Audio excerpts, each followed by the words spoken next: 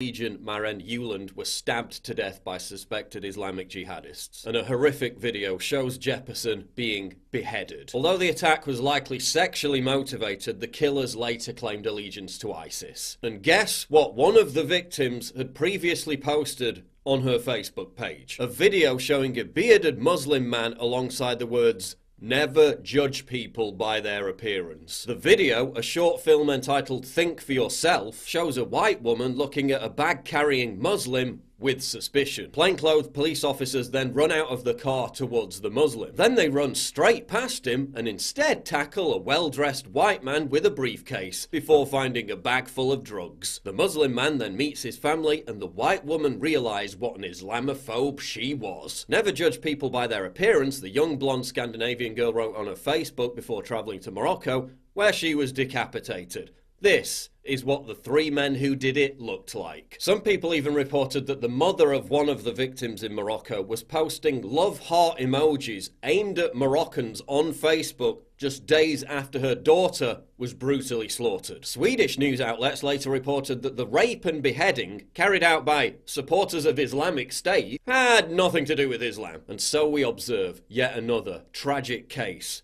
of cultural relativism. The idea that a person's beliefs, values and practices should be understood based on that person's own culture rather than be judged against the criteria of another. How many times have we seen ardent progressives visit shithole countries proclaiming love and peace to be universal, only for them to end up dead? Pippa Backer, the performance artist who said she would hitchhike from Italy to the Middle East to, quote, send a message of peace and marriage between different peoples and nations. Her sister said she thought that in the world there were more positive than negative people, and that it was right to be trusting. When she got to Turkey, what happened to her? Raped and strangled to death. When news of her murder broke, authorities and the media were keen to downplay any connection to Turkey or any connection to the killer's belief system. Amanda Kajira, the liberal activist who travelled to Haiti to raise awareness about violence against women. She said she was, quote, committed to preserving the dignity of black men in a world which constantly stereotypes them as violent savages. What happened to her? Held on a rooftop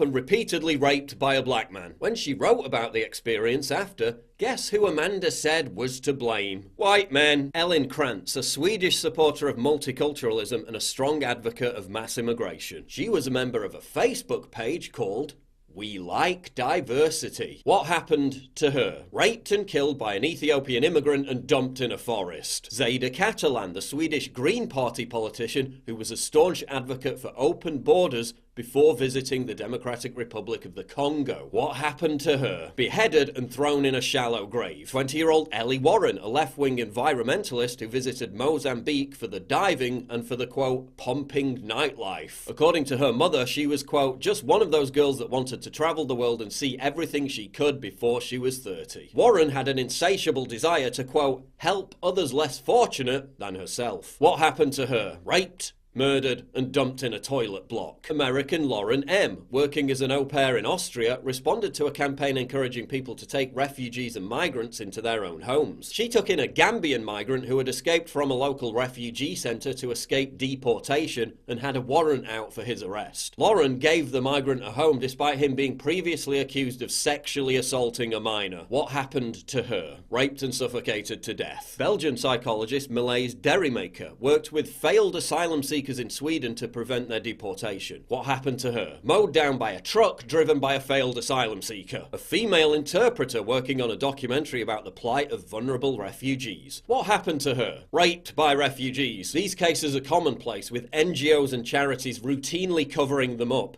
so as not to stigmatize migrants. And then there was the left-wing couple who cycled through the Middle East and the Balkans. This is what they wrote before embarking on their journey. You read the papers and you're led to believe that the world is a big scary place. People, the narrative goes, are not to be trusted. People are bad. People are evil. I don't buy it. Evil is a make-believe concept we've invented to deal with the complexities of fellow humans holding values and beliefs and perspectives different than our own. By and large, humans are kind, generous and wonderful and kind. No greater revelation has come from our journey than this. What happened to them? Ran over and stabbed to death by ISIS. Let's explore this case a bit more, because despite what they said, I read their other travel blogs. And in almost every non-European country they visited, they were stalked, harassed and threatened with physical harm. In Morocco, they were followed by weirdos trying to sell them drugs. Called racist for not buying something from a street vendor, pushed off their bikes for refusing to take photos with people, and in one case, the guy was almost squished up against another car while trying to cross the road. The couple were tragically murdered in Tajikistan by Islamic State terrorists as part of a vehicle attack on 7 Western tourists cycling through the Pamir Mountains. The murderers even made an ISIS propaganda tape before the slaughter. So yes, evil does exist, and there are evil people in the world. And some countries are more dangerous than others because some cultures and some belief systems are worse than others. Our negative view of some other cultures isn't just a product of our own ignorance and bigotry. It's a fair appraisal of what happens in those countries due to the attitudes of the people who live there. Does that mean that everyone in Morocco or Tajikistan is out to harass, attack or murder Western tourists? No, of course not. But that's not the issue. The issue is that leftists have embraced moral and cultural relativism. They've projected their own self-delusion that the world can be a utopia if we just all collectively believe it to be that way. No, the world doesn't work like that. There are bad people in the world. Evil exists in the world. And no amount of wishy-washy, #love wins speciousness is ever going to change that fact.